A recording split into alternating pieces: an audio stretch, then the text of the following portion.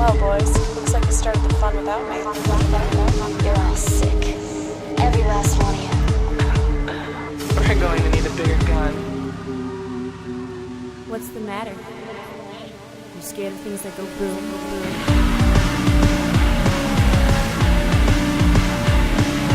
Give me one goddamn reason why I shouldn't blow your goddamn brains all over that goddamn wall. My name is Eric. I'm joined today by... I'm not going to say joined today. I'm going to say I'm also dragging with me through today's episode, Michael Kester. I am not without fault in the drudgery. Because, after all, they were eating you, but then they were bound to eat me. So we have Toxic Avenger, but we also have Troll 2. Yes. On today's episode of Double Feature. Now, I think we promised people back during The Happening. Yes. And that other room, really, The Happening is the ultimate evil in film. Yeah, it's so true. There's no point in even... The Room was the other movie. Mm-hmm. Not as bad as The Happening. Nothing is ever as bad as The Happening. Because The Happening is fucking offensive. But we promised people, or I did, or maybe we didn't, that we were done giving them bad films. Yeah. Because Double Feature, counterintuitively, is not about bad films. It's not about bad films. Despite the fact that most people think we're doing bad films every other week. All the time. We love the films. We do. And this week we have Troll 2, which at the very least, I'm not going to say anything about Toxic Avenger, because there's some fucking soul in that movie. And maybe there is in Troll 2 as well. I'm really glad that you felt... I was nervous about your it'll be fine. Your Toxie love. It'll be absolutely... His name is Toxie. I mean, we'll get to that stuff. But we're making people watch a movie that's... A lot of people consider this the worst movie of all time. The worst movie of all time. Our audience won't consider... The people who call this the best, worst movie of all time, I guess the word best is what makes it different from everything in, let's say, the Amityville Horror series. Yes, that's true. So we're going to spoil both of these movies. And my intention here, I think both of our intention was you wanted to put Toxic Avenger on the show. Yeah, I really did. And ultimately, we could never find anything that would help the movie out. Mm-hmm. So we decided to put Troll 2 on the show. Yep. I think, in effect, we may have helped Troll 2 a bit as well. I think that we ended up with a remarkably good double feature. But I love when we accidentally do our job well. Yeah, that's amazing. You could use the chapters to skip into the movies. I just want to start talking about the movies, all man. right. I don't even give a shit. Don't use chapters. You don't give a fuck about these movies. So here's the thing with Toxic Avenger. Is I like Slither quite a bit. And I very much enjoy James Gunn. And I wanted to learn more about trauma. So the dilemma is, as we've talked about a bit with Dead Alive, Brain Dead, the Peter Jackson stuff, I don't like the gross stuff. It's just not my aesthetic. And I don't know, it's not that it makes me squeamish. Right. You know, I joked on the last show about not throwing up or whatever. Well, Dead Alive and very much most of Trauma is the gore equivalent of bathroom humor. Yes, that's exactly what it is. Yeah. Bathroom humor does nothing for me. And gore does a lot for me. Yeah. But there is this section of film we are clearly ignoring that's very near to these other movies we're talking about, and that is trauma. Yeah. And so I felt the need to put this on the show. I'm forcing myself to learn more about it, even if I will never watch a trauma movie in my free time. This is the best one to watch. Or maybe never even watch another trauma movie, even for double feature. It's just it's kind of like Asylum. Maybe we should just put Asylum in this show and then we won't have to talk about it. If you go to, a Redbox, which is the only okay place to rent movies these days, they're outside your local gas station. You feed the machine $1 and you get a movie for a day. Totally fine. Great business idea. And they have these Asylum movies, which, are like Titanic 2, which I believe was an idea you came up with. Well, I actually came up with this idea for a film called Revenge of the Titanic. So that could still happen. Totally could still happen. Yes. So anyways, they make these movies that seem to transmorphers, right? They capitalize on other people's releases, right? And they have a lot of heart. These guys are making money, but they just like fucking making movies. This isn't a get rich quick scheme. This is, hey, we could have fun making bullshit movies that people will see by accident through Redbox. And so bam, just checked off Asylum on the things Double Feature needs to cover one day list. That's about as much as we probably need to do on that. Yeah. But Troma's on there too. Well, the thing that I think you might be forgetting, Mr. Eric Ingram, is that we have actually already covered a Troma film on Double Feature. No, we haven't. Yes, we have. What Troma film? Lolly Love is a Troma film. We never actually featured that on Double Feature. Really? Yeah, can you believe that? Oh my God, no, what happened there? Here's what you're thinking. We talked about Lolly Love during Slither. We That's have what it never was. actually placed Damn. Lolly Love on Double I had Feature. totally just figured that Lolly Love had been You don't on- even remember what's on our fucking We're show. 4 years in. I'd like to point out, if you go to doublefeatureshow.com, there is a list of every movie we've ever done. From A to Z. So you could do a little Command F and see Lolly if Love. there's any Lolly Love on there. Okay. Well, Which, then in fact, there isn't. at least Lolly Love, at least this isn't the first Troma film you've seen. That's certainly true. Because yeah. you've seen Lolly Love. So you instead would want to use the search function to see if we have referenced Lolly Love Right. in a... Did I mention I revised the website? You know, I think you mentioned that last week. Anyways, Troma. So Troma is this thing that happened in the late 80s. It was born out of the Toxic Avenger. You cannot talk Troma without talking Lloyd Kaufman. And furthermore, you cannot talk Troma without seeing Lloyd Kaufman. I don't even know who Lloyd Kaufman is, and I fucking love this guy. Yeah. So this is the only thing we've watched on DVD literally all year, So right? far, yeah. Everything's been digital. And by the way, almost everything's been in high definition. Yeah. A great year for Double Feature. That doesn't matter to you guys at all. You Right. don't give a shit. But for us, that makes watching the movies really fucking Sure. spectacular. However, Toxic Avenger, because no one cares about it, and I can't No, that's not true. buy or it's rent that it. nobody cares about making it look good. Well, okay, that's exactly what it is. The best possible copy we could find was the DVD you had. My DVD copy. So we pop in this DVD. And it's in TV dinner. Right, great. TV 3x4. Yeah. Uh-huh. And And the first thing we get. well, actually, yeah, the first thing you get is this weird little Lloyd Kaufman on the street with people dancing behind him, Sure. explaining how there's different channels on the DVD so Different that you could channels. look at the features. It's great. This guy is so... He's just a zany, weird old guy. He's totally out of touch with he's out of touch with technology. He Right. knows film, kind of. He doesn't understand DVDs. He's aware that he has made some Sure. films. I mean, he was in Hatchet 2. We've already seen him this year. Yeah. There's a Lloyd Kaufman cameo in Hatchet 2. He's aware of cinema. Good. So we got one of our Hatchet 2 references correct Yeah. this episode. We'll get to that. Yeah. Whoops. Yes. So the thing is in all of these Troma films, every Troma DVD, there is some Lloyd Kaufman interview. I watched this God. one called Killer Nerd.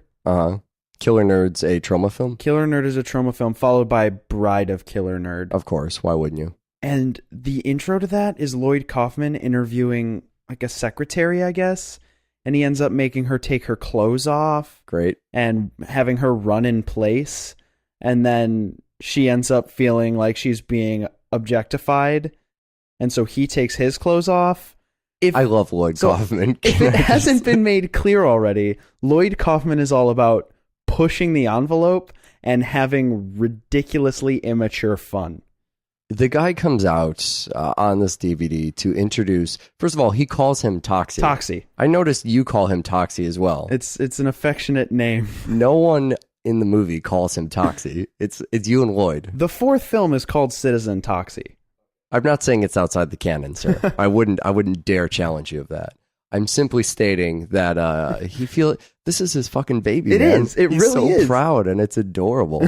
How could you not feel for this guy? How could Right? you not want to support everything? He's Exactly. into? He's so excited. You have to be excited for him, and it's all downhill from there. Yeah. It's so we start in Tromaville, Tromaville. which I guess is where Troma comes from, or vice versa. I think Tromaville was named after the production company. Let me put this out to you. Okay. You get this wager, right? If you put on your pink, I'll take off mine. Uh-huh. Do you take that wager? Oh, you always take that wager. I think you have to go for that, right? You know, every time I see that scene, and call me depraved, call me Larry, call me the Sultan of Twat. I will not call you any of those things. What I always think... Sorry, go ahead. What I always think she's going to say is, you put on your pink and I'll show you mine. Oh, that would be better. Wouldn't that be such a great line? line? But you can't show pink in this movie. I It's don't all know. about tits. I It's don't just know tits. what's off limits in... That's where you draw the line. Yeah, I it guess. has to be a PG-13 nudity. Yeah, because NC-17 you point a bodily shotgun at a functions. baby. Right. You kill a seeing eye dog. Sure. You cornhole a blind chick. Okay. You put a midget in a dryer. I mean, what is sacred to this film? I think the whole film is about pushing buttons. Pussy, man, that's what's sacred. That's where the line You're is putting it drawn. on a pedestal, man. The vertical line has been drawn. Look what this film has done to us. It's turned us into little 13-year-old boys. I know. I think that's what Troma's about. I think Troma is about captivating the 13-year-old that isn't inside you. Right. Well, honestly, I'm ashamed when I watch Sure. Troma films because I always I know we've been talking about train wrecks all year. Yeah. But I just want to watch this horrible thing unfold Sure. because it's so silly and so goofy. I recently watched Poultrygeist, which is one of the newer. The last one that I would probably Right. go through is It's one of the newer Troma masterpieces, and I'm watching it thinking that it's awful because it is. It's so fucking bad. But then Lloyd Kaufman shows up in a chicken suit and shakes his ass at the camera. Sure. And I'm immediately I'm finishing the film. Yeah, you have to. I'm gonna watch the whole thing. Right. And that You don't want to disappoint Lloyd. Is really what right. it is. Poor Lloyd. And Toxic Avenger runs over a little kid's head in the first 10 minutes. Yeah. You can't get off the boat. No, you can't. No, you're stuck at that point. Let me take it into familiar territory. Sure. Let's talk about tactics in this Oh, film. okay. The film takes 10 minutes for the score to stop for the music. It's not a score, it's a soundtrack. It's a soundtrack. It's a soundtrack of what I assume is fake or free to use crappy pop knockoffs from the 80s. And even when it stops, it only stops for a second. Right. I think that the music is probably there because it reappears and it goes on for the rest of the movie. Yeah, it does. It's just song after song. It's an hour and a half. It's behind of every music. scene. It's got to be there to help hide the shitty audio. Oh, that's why definitely you do it, right? the case. Do you know what we could get away with on this show if we had background sound? If we had some kind of soundtrack in the back, we could fucking record on our phones. Yeah. We could go outside and record. Yeah. No one would have any idea. I could snip the middle of sentences and fling shit around in the timeline. None of it. No one would know because you have music in the background. Well, and a good 50% of this film is bad dubbing, Foley, and voiceover. Oh my God. Earlier on, before Melvin becomes the Toxic Avenger, yes, all of his little goofy sound effects, his Warner Brothers-esque right weirdo his cartoon sounds, they're all fake. They're all added in later. They don't match up with anything his face is doing. A lot of times people's mouths are moving and there's no words coming out. I think there should be a coordinator of wheezing credit in the between him as that character and him as the Toxic Avenger. Right. There is an awful lot of breathing and wheezing effects true. that needed to be added. Sure. It's like Antonio Banderas walking around in spurs in Desperado. Right, Somebody has exactly. to just sit there and clang the spur over and over for 2 hours. I was going to say, that also reminds me, my question about pink, what I was getting to was the tutu that you may be forced to wear for the rest of your existence. That's true. For answering that question I wrong. suppose I never consider that I'm going to have to live with any decision for the rest of my life. And why should you? So imagine this movie without the soundtrack in the background. That's when it becomes awkward bad. That's true. It's already kind of unwatchable bad, but you know what I mean. It's really, it's pushing against you with every scene. Well, bad. it immediately seems like they don't know that it's kind of not very good. It becomes a porno story. Yeah. At that point. Yeah. It's I don't have any money to pay for this pizza. That's the entire movie. Right. Would be that scene. It becomes I like popcorn. Well, let's heat it up. Caliber of somewhere of around a film. there. Somewhere around there. It's a lot easier to accept that kind of crappy dubbing when it's for the entire movie. Right. We don't even really mention dubbing anymore because now it just seems to pop up all over the fucking place. But in this movie, it's selective. Mm-hmm. It's not an entire crew of Italian people who don't speak English or whatever. Instead, it's just one guy who happens to be your main character, whose voice is dubbed in. It's one of those things you could tell in the sound booth, trying to sound smooth, trying to sound like the hero. Right. When you're on set, you're freaking out, having a good time. Well, you're You can't reacting more directly to what's going on. Sure, you're excited. You can't control what the fuck you sound like. And that sounds really, really weird. It's somewhere buried between Bruce Campbell and Shaft. Yeah. This sort of that's smooth perfect. talking, Toxic Avenger, tutu wearing. You know what I mean? Totally. Oh, who the fuck is this character? And then also the growls, the grunts, don't match the voice at all. Probably not even the same guy making the sound effects. Done afterward. Yeah. It's an and if it is afterthought. the same guy, shame on him. No. Doesn't care at all. Somebody at some point should say, don't these things have to match up? Other than that, though, I'm actually a little surprised by the production values of this movie. I don't know why I'm expecting such low production values, but you get the scene where he's running away on fire in slow motion. That's actually one of the coolest looking scenes right? in the movie, and something that seems like it at least takes a professional to pull off. Yeah. The people making this movie seem to work in or around the industry. Yeah. They all seem to be like they banded together because they couldn't get work. They weren't quite good enough to be in actual films. Right. So the main characters are the extras, and the extras are people's friends. And they actually have a guy who's worn a fire suit before. Mm-hmm. And, they have cameras that can do slow motion, and they use them whether they need to or not. Yep. There's a scene where he's riding on the car. There's that explosion. Sure. There are some things in here that are pretty legitimate action moments. Absolutely.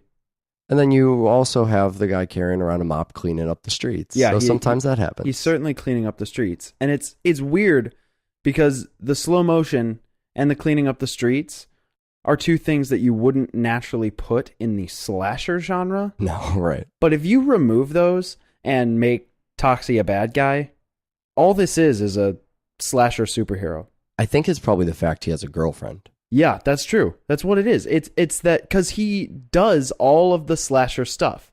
Right. He shows up. He's faster than you. He comes out of nowhere. Yeah, and just appears. He knows you're wrong. Or he steals things from Halloween, which is the staple of every slasher film. Exactly. Just take things out of Halloween and put them in your movie instead. And the kills are always painstakingly thought out, planned, and graphic. Sure, yeah. I feel like we're getting a mixture of things from Freddy Krueger and Sleepaway Camp, and there's definitely a lot of moments that are taken from There's a other little slasher Herschel Gordon series. Lewis. Yeah, yeah, I could feel some of that. I think that's probably the budget kicking in there. Oh, we should also tag our third head crush so far this year. Yeah, Jesus, fuck, those are not stopping. I like that on your DVD cover. Yeah. It mentions that this does, in fact, include the infamous head-crushing scene. The full head-crushing scene. The full head, right. And in case you were afraid that they would leave part of it out, I'm not even sure which of there's basically two head-crushing scenes in here. Yeah, there right? are. There's a ridiculously graphic one and a ridiculously obscene one. So there's 3 films with head crushes on double feature this year. Mm-hmm. 4 head crushes total. That's a new list we're going to have to make on that website. The ending of this movie also gives us a chance to talk about something we've never really discussed before, which is if you don't know how to end your movie, there are maybe 3 surefire endings that you can definitely use. The first on my mind is that you can create a sort of wherever there is injustice, I will be there.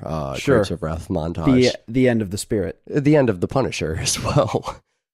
So that's one way. You can definitely end your superhero-esque film. That does not work for all films, though. All of these endings, however, work for this film. Second one you can do is ending it with voiceover.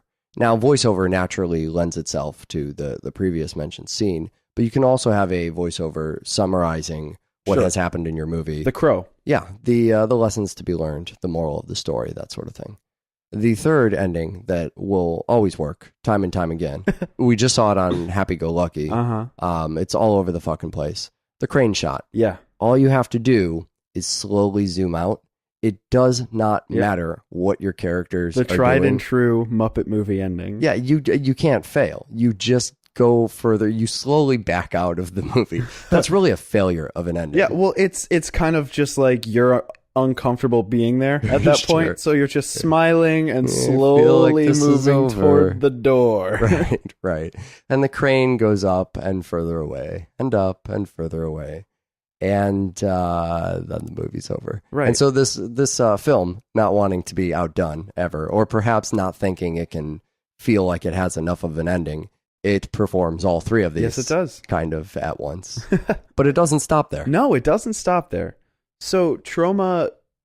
Okay, so at risk of upsetting people more, we've already put them through these two films, but very similar to the Final Fantasy series.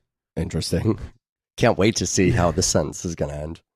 Troma released the Toxic Avenger as a last hurrah. We have no more money. This is our shot. All right.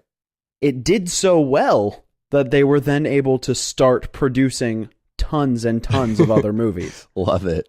So, obviously, if your cash cow is about a superhero, I mean, even by today's modern cinema standards, right, you can't stop there. No. You have to bring the superhero back. You have to milk the cash cow. Yeah, right? You milk the cash cow. Yeah, but it's so green milk because it's that's gross. Next movie. You need sequels. You need a lot of sequels. You need action figures. You need Saturday morning cartoons. I mean, these things are all. You could buy a Toxic Avenger blankie, right? Yeah, you really can. Once they realized they had a cash cow on their hands, I think they probably got just about everything. Out of that I had a Toxic Avenger lunchbox when I was young. Wow, look at you! Didn't know what the Toxic Avenger was. No idea. That's how you really know you've succeeded. When I was about 6 or 7, I realized it was a mop and not Donatello's stick. Nice. Really frustrated with that. Wow. Totally fooled. Not the first time today. What you're telling me is it's as if they deceptively marketed this to you based on a previous franchise they weren't even tangentially connected to. Yeah, they just kind of... I wanted a lunchbox. I wanted to see the sequel to a film, and they called it fucking Troll 2. I can't even be cheeky with you. Failure. I'm sorry. Just failure. I'm so sorry. I felt so embarrassed sitting here watching the film. Let's talk about Troll 2 for a second here. Well, actually, why don't we not talk about Troll 2? Can we, before talking about Troll 2, talk about Jon Kyl Beutler, who has nothing to do with Troll 2? No, not in the least. So, Jon Kyl Beutler, who I mentioned when we did Hatchet 2, sure, and mentioned last week at the end of the show as having something to do with this film, only directed Troll, right? Which I have seen. Okay, I've seen Troll, and I just had heard Troll 2, best worst film of all time, something we need to cover on the show. Jon Kyl Beutler, we know he's a dude. Let's do Troll 2 on the show. We know he's a dude. That's the criteria. There you go. So you're excited to bring this movie to the show because you're thinking, hey, there's some ties to Hatchet. We could talk about that. Maybe it'll be the crappiest movie ever with a great makeup job. Yeah, or something like that was honestly, that was just about what I was thinking. Okay, so there's 2 reasons you don't need to worry about this. One is it's several episodes ago now, and I don't even remember what you said. Okay. It's possible you said it in such a way like, hey, that guy from the Troll movies, or something like that. Also possible that I just edited all of that out. If there's a reference I don't understand, if there's anything I think is in unclear territory, if I ask the producer to check something and she never gets back to me, snip and toss, all that stuff, all right, snip and toss. Fair enough. Just trying to avoid setting up more Gmail filters at this point. But the second thing is that we both willingly, for probably the first time ever, completely fell victim to something that we really didn't need to. Even a minor bit of checking. A simple Google search, in fact, would have shown that Troll 2, not related to Troll not at all. In fact, not even a little bit. Not supposed to be called Troll 2. But furthermore, has no fucking trolls in the movie. Right. Normally, I wouldn't nitpick a point like goblins versus trolls. Sure. I don't give that much of a fuck. I really don't. But the movie really goes out of its way to say, hey, goblins. Look at these goblins. Backwards and forwards. These are, in fact, goblins. Hey, did you hear about trolls? Not in our movie, you didn't, because these are fucking goblins. But what, so, and it's interesting that you point that out. Because the thing about, do we call it goblins or do we still call it Troll 2? Fuck that, it's Troll 2. So the thing about Troll 2 is that they go out of their way, painstakingly, to tell you that your foe is goblins. Right. They don't tell you fucking shit about goblins. No, they tell you your foe is goblins and that only dead grandpa can stop them. Before we get into double feature where we tear stuff apart because we hate that double feature, I want to point out that we're going to give this film a hard time. Yeah. And it's in the most loving, we enjoyed the fuck out of it way. Certainly. Because I will watch this film again. I will show it to friends. I think it's absolutely something that cinema needs to have. Yeah. But I think that in needing to have it, we need to give it a hard time. It's like a good friend. Of course. Well, and I mean, here's the thing about that is we have drugged people through the worst of the worst possible movies of the worst possible franchises of all time. And that's not something we commonly do, but in covering all of our franchises, we've dedicated ourselves to doing 12, 13, 14 times. We just needed to cover these awful movies, and we've been very frank about them. So when people say this is a so bad it's good movie or the best worst movie ever, I mean, we have certainly seen far worse things. This is the more enjoyable of some of the stupider series. Worst movie of all time? Contestable. But better than Lamp movie. Oh, and that's really the bar. Better than Lamp movie. I hate Lamp. So this is what we can definitely offer people, aside from being the only two idiots who have ever fallen prey to. If we didn't make this clear enough by now, here's what happened. Or what I'm going to assume happened, because I don't know anything about Troll 2. Right. We're also the only two people who don't know anything about Troll 2. Which I think is what we can bring to the table. Yeah, that's what I'm getting to. We're the last two people alive who don't know anything about this. Save this recording and remember it forever. They made this movie. It's called Goblins. They didn't think it was marketable, so they named it Troll 2 because troll is just a word that you can use. It's not a whole lot different legally than naming your movie Two Trolls. Right. Maybe the studio had some kind of rights to it or some, I don't know. Sure. They just called it Troll 2 so that people would see it. Right. We saw it, not for that reason, but we were totally duped by that. And thus we became the only victims. Mm-hmm. So a lot of times we'll talk about a movie, we talked about Repo or basically half of the movies we've ever covered. We try and talk about a movie in the way that a lot of people haven't, or to make it more accessible, or to basically to have a conversation you can only have if you've seen the movie a million times. Right. To really give something to that group of people. Here, there's no way we could do that because the entire thing about Troll 2, there's a fucking documentary about it. Yeah, there is. I mean, that's probably what made it such a huge thing. There's an internet meme. Well, there was this boomerang effect. Mm-hmm. It's almost the exact opposite of the Troma story. They make this film, Goblins, then turned Troll 2. It comes out. It's awful. Everybody hates it. Somebody somewhere, drunk in some frat house, bought it on DVD at Walgreens for 99 cents. Hypothetically. I'm going to go internet meme on this, but you go with frat house. That's fine. And somebody just goes, this is hilarious. I'm going to show it to my friends. They watch it and it just boomerang effect. Right. Suddenly a total success as a film. Death Wish 3 is enjoying the same sort of weird resurgence. It's the cult story. It's The Room. It's all of these movies we've talked about. So instead, here we are, two people who know nothing about the movie, and maybe, just maybe, we can remind all of the troll people who are now so immersed in the story. They know the trivia. They know everything about it. What it was like to once be the person who knew nothing about troll. Right. Who was finding it for the first time. Who, I mean, a good way to put it is just didn't speak the troll language. It was like we were Italian and didn't speak a word of English. Pretty sure you're stealing my material. Oh, I'm sorry. Point. You're going to make me dip into my backup reserve of Danny DeVito, You Have to Pay the Troll Toll. So we just found and opened a mysterious file that happens to be labeled Troll 2. It's this but it's this not movie. Troll 2. No, it happens to be labeled Delete Me, What the Fuck. And we watched this movie, and with fresh eyes, we're wondering what the hell just happened. Sure. So where do we even begin on this thing? Well, we could go the safe route, go with maybe the score. Okay, score. I'm gonna go a little bit of the goblin stuff. Let's say something nice there. Sure. And not goblin spelled backwards, but Argento goblin. A little bit more London After Midnight. Yeah. Not sure if anyone is familiar with what that is, but go ahead and look it up or don't. And then maybe and this third part will overwrite those other parts. It's kind of, one part Goblin, one part London After Midnight, 57 parts Sega Genesis. Yeah. I think that's somewhere absolutely perfect. And one of those Sega Genesis games, by the way, that got buried in a pit in Nevada. 50,000 copies of it. Those games. Yeah, and the thing about the music, and also with just the editing in general, is there will be score swells that are just cut off. Yeah. There will be scenes where somebody says a line, and then there's a pregnant pause on the character as they reflect on the fact that they're about to be eaten. The type of pause that may add several minutes to the total runtime of your film. And then it cuts away, and there are other edits that I just don't ever understand. I could watch the not your grandpa breaking through the mirror, grandpa shows up with a hatchet reverse mirror breakage scene. Oh my God. In slow motion with my eyes in the fucking Clockwork Orange gizmos. Yeah.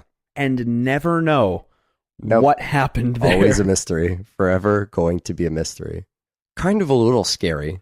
Makes you jump. It made me jump. I jumped a few times during this movie. That's not something that often happens to me in horror films. Sure. I think because I expect them to be dull when they're this bad. Well, yeah, for me, I was normally, when I watch a horror film, I can kind of sense when things are going to be scary, but I didn't know what was going on. Well, yeah.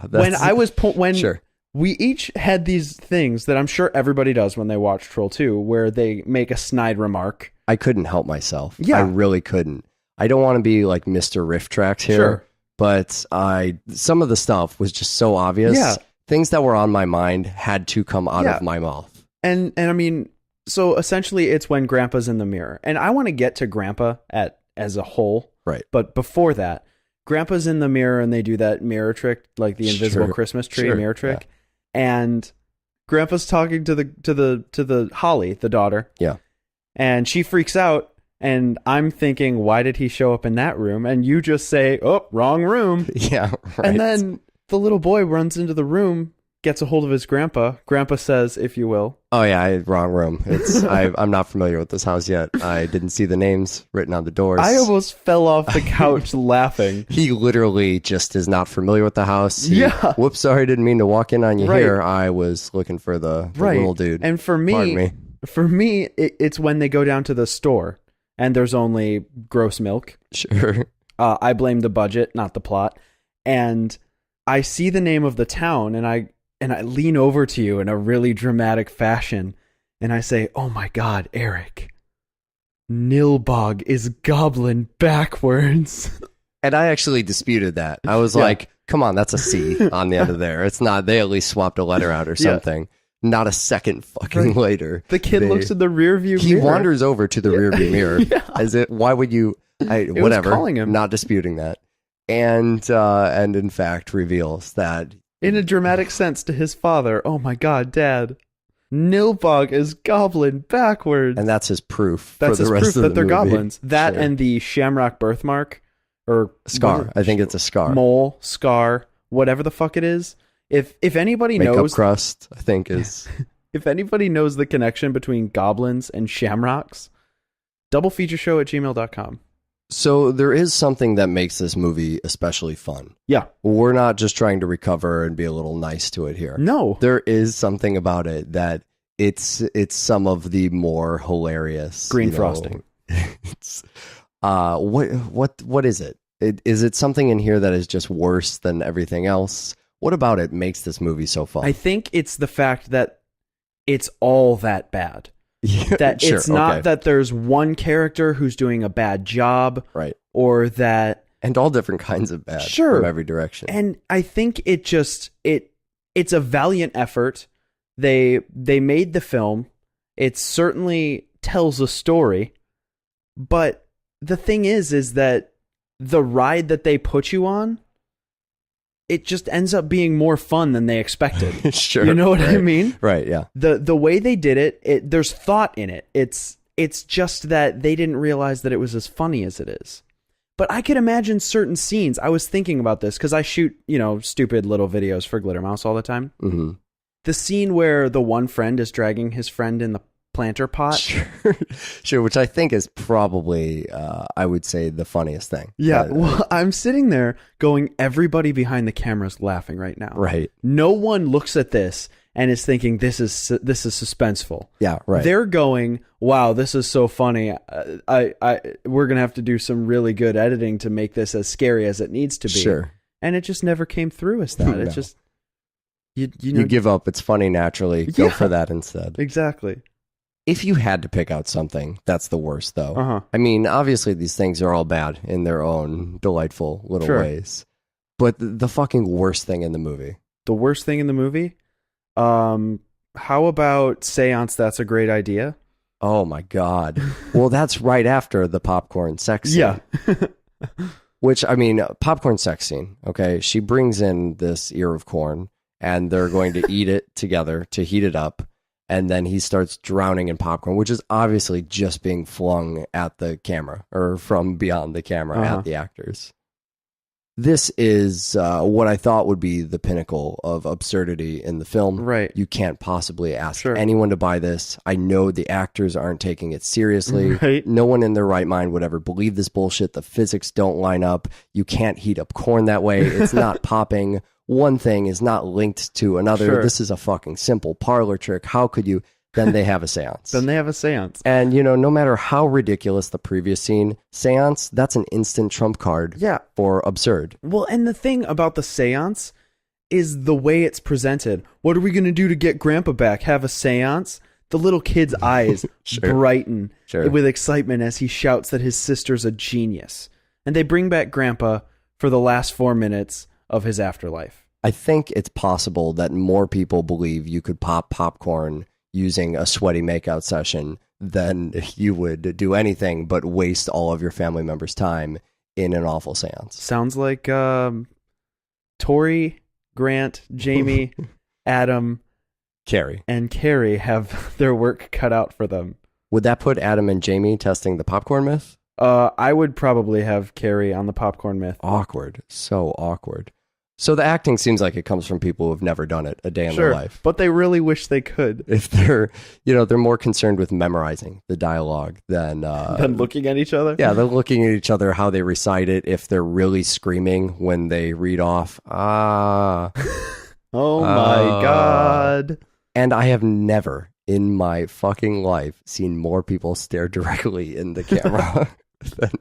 That's a rare one. That's one people make fun of a lot, but doesn't really happen Black Dynamite that often. did it. Yeah, and sometimes it can be misconstrued as someone staring into the camera. Mm-hmm. But this is really, you can clearly see people thinking, ooh, a camera. Yeah. I'm on film right now. They're just staring directly into it. And there's quite a few of them. Yeah, there are.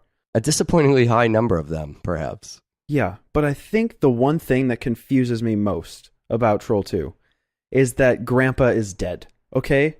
If you're writing a film where your hero is consistently in the movie, he's the only one that can stop the enemies, why does he have to be dead? Why can't he just be going camping with them? Come on. 2 words, hamster sandwich. I mean, clearly, have you ever seen a double-decker hamster sandwich? I haven't. You can only find them in the afterlife. That's why. You're right. I haven't. You can see them in the background in Beetlejuice when they go to the other world scenes. Outside of that, no place in cinema you can find the double-decker hamster sandwich. I think it's actually bologna. Probably bologna made from hamsters, though. Regardless, chemicals and poisons for your non-vegetarian body. Let's not even touch on the vegetarian thing. I mean, I think that speaks for itself. The once upon a time, we talked about something called hamster style, which was quite simply something dropped early in your movie that is there for obviously no point than to become the thing that saves the day in the end. It was an Orgasmo. And this is maybe several seconds before a minute or two, honestly, before he really needs to use it. Yeah. Oh, what's in the sack? You'll know when you need it. That fucking line, you'll know when you need it, when the time comes, blah, blah. The entire premise for Kroll, basically. Yeah. And he whips out this sandwich, and it somehow allows him to get from one side of the room to the other, at which point everyone gathers around the wall. Don't you know you have to believe in goodness or something? Concentrate. Druids, flash of lightning, over and over, and they save the day, I guess. But they don't save the day. So the end of this film does something that boggled both of our minds. And I don't know if this was fun or if this upset me. But what happened is he gets home, and you and I both know this film is ending in a cliche or a twist. Yes. Something is going to happen. So we're sitting there, there's a mirror, he's home alone with his weirdest family member. There's whispers, Grandpa might or might not be dead forever. Yeah, forever, never coming back this time. But it ends with them just eating his mom. Somehow, turns out they didn't die. Freeze frame on little kid's face. Fade to black. Yeah, I'm wondering which cliche it'll be. I'm cycling through all the things that could be in my mind. And then I start going, oh, I know Troll 2. Come on, I get Troll 2 now. Mm-hmm. I've sat through the entire movie. I understand this movie. It's going to be all 5 possible cliches. It's going to be, a ton of these things at once. It's going to try and top Toxic Avenger. Sure. It's going to say 3 endings all at once. Fuck that. I'm going to give you 7. Right. 7 cliches that are going to happen. And not really any of them. Probably the most worthless possible. They could have just added a crane. Yeah. I mean, didn't they learn anything? They learned nothing. Add a fucking crane to the end of your movie, Troll 2. And outside of the name, that's probably the biggest mistake. You know what would make this a successful movie? Instead of Troll 2, Children of the Corn 5. We have a website. It's always doublefeatureshow.com. You can go on the website and, I don't know, there's an interview button. You can see all the interviews. Remember when we used to do interviews? Oh, yeah. That was a big fucking waste of everybody's time. You can click that button. You can see all the interviews that we have done here on the show. You can also send us an email. That's doublefeatureshow@gmail.com. I still want to know Goblins and Shamrocks. If you want to know more about Troll, it's not hard. There's a documentary. There's information all over the internet. You do not have to go far to find Troll trivia. I'm sure we got lots of things wrong. And if anything was, I guess you can email. I was going to request people not just start emailing us troll facts. But maybe I'd love that. I don't know. And if I don't, ignore. Now, because we're just playing a ton of games with our fucking listeners this year, we have that weird thing that we were doing way back in the beginning of the year. Oh, yeah, the double journey. Yeah, that's coming up again. So can you maybe explain that briefly? Okay, so we're doing this thing where each of your hosts is going on a journey. We're taking you through 2 separate paths. One is the path of Sylvester Stallone's Rocky, the character. All 6 films. And the other trip that we're going on is kind of an exploration of ninja, samurai, Japanese films, but it's done in 3 parts. It's the original ninja Japanese films, the Kill Bill movies, which are the American versions of those films. Sure. And then the Japanese versions of Kill Bill. It's a double evolution that it's full circle, starts and ends in Japan. And we're doing these both at once. Yeah. Because really, why wouldn't you? We're doing these both at once so we sort of understand what the fuck is going on. And we try and keep people grounded, and we're all exploring these things at once. Sure. So the next time we do this, the next episode of the show will be the second Rocky film. And I believe Sex and Fury, right? We're going to go with Sex and Fury. Now, the Rocky stuff makes more sense, I think, to our audience because it's just Rocky 1, Numbers. 2, 3, 4, whatever. Yeah. Sex and Fury, maybe everybody already knows about this but me. But give me a little background on that. Sex and Fury it's a female Japanese samurai movie, tons of nudity. There's this thing that happened in Japan called the pink film. I'm intrigued. The basis of it is naked women. As many naked women as possible and a lot of samurai stuff. Great. There were 2 films that I was kind of debating, Lady Snowblood and Sex and Fury, and I opted for tits over blood. I hope that's okay. Thank you. I appreciate that. All right. Well, then I guess, watch more fucking film? Goodbye. Gas station, you feed the machine $1 and you get a movie for a day. Totally fine. Great business idea. And they have these asylum movies, which, are like Titanic 2, which I believe was an idea you came up with. Well, I actually came up with this idea for a film called Revenge of the Titanic. So that could still happen. Totally could still happen. Yes. So anyways, they make these movies that seem to transmorphers, right? They capitalize on other people's releases, right? And they have a lot of heart. These guys are making money, but they just like fucking making movies. That's this isn't a get rich quick scheme. This is, hey, we could have fun making bullshit movies that people will see by accident through Redbox. And so bam, just checked off Asylum on the things Double Feature needs to cover one day list. That's about as much as we probably need to do on that. Yeah, but Troma's on there too. Well, the thing that I think you might be forgetting, Mr. Eric Ingram, is that we have actually already covered a Troma film on Double Feature. No, we haven't. Yes, we have. What Troma film? I'm going to spoil both of these movies. And my intention here, I think both of our intention was you wanted to put Toxic Avenger on the show. Yeah, I really did. And ultimately, we could never find anything that would help the movie out. So we decided to put Troll 2 on the show. Yep. I think, in effect, we may have helped Troll 2 a bit as well. I think that we ended up with a remarkably good double feature. But I love when we accidentally do our job well. Yeah, that's amazing. You could use the chapters to skip into the movies. I just want to start talking about the movies, all man. right. I don't even give a shit. Don't use chapters. You don't give a fuck about these movies. So here's the thing with Toxic Avenger. Is I like Slither quite a bit. And I very much enjoy James Gunn. And I wanted to learn more about Troma. So the dilemma is, as we've talked about a bit with Dead Alive, Brain Dead, the Peter Jackson stuff, I don't like the gross stuff happening. Nothing is ever as bad as The Happening. Because The Happening is fucking offensive. But we promised people, or I did, or maybe we didn't, that we were done giving them bad films. Because Double Feature, counterintuitively, is not about bad films. It's not about bad films. Despite the fact that most people think we're doing bad films every other week. All the time. We love the films. We do. And this week we have Troll 2, which at the very least, I'm not going to say anything about Toxic Avenger. Because there's some fucking soul in that movie. And maybe there is in Troll 2 as well. I'm really glad that you felt... I was nervous about your it'll be fine. Your Toxie love. It'll be absolutely... His name is Toxie. I mean, we'll get to that stuff. But we're making people watch a movie that... A lot of people consider this the worst movie of all time. The best worst movie of all time. Our audience won't consider... The people who call this the best worst movie of all time... I guess the word best is what makes it different from everything in, let's say, the Amityville Horror series. Yes, that's true. So we're going to... It's just not my aesthetic, and I don't know... It's not that it makes me squeamish. Right. You know, I joked on the last show about not throwing up or whatever. Well, Dead Alive and very much most of Troma is the gore equivalent of bathroom humor. Yes, that's exactly what it is. Yeah. Bathroom humor does nothing for me.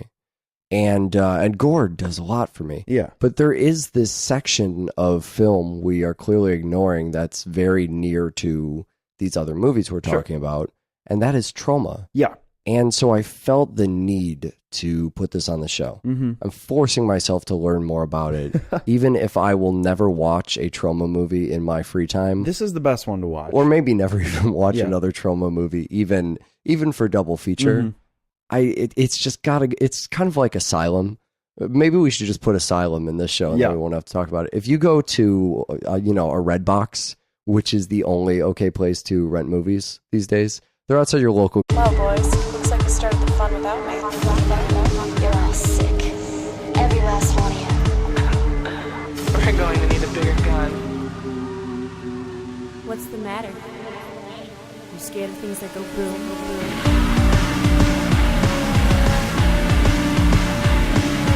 Give me one goddamn reason why I shouldn't blow your goddamn brains all over that goddamn wall. My name is Eric. I'm joined today by...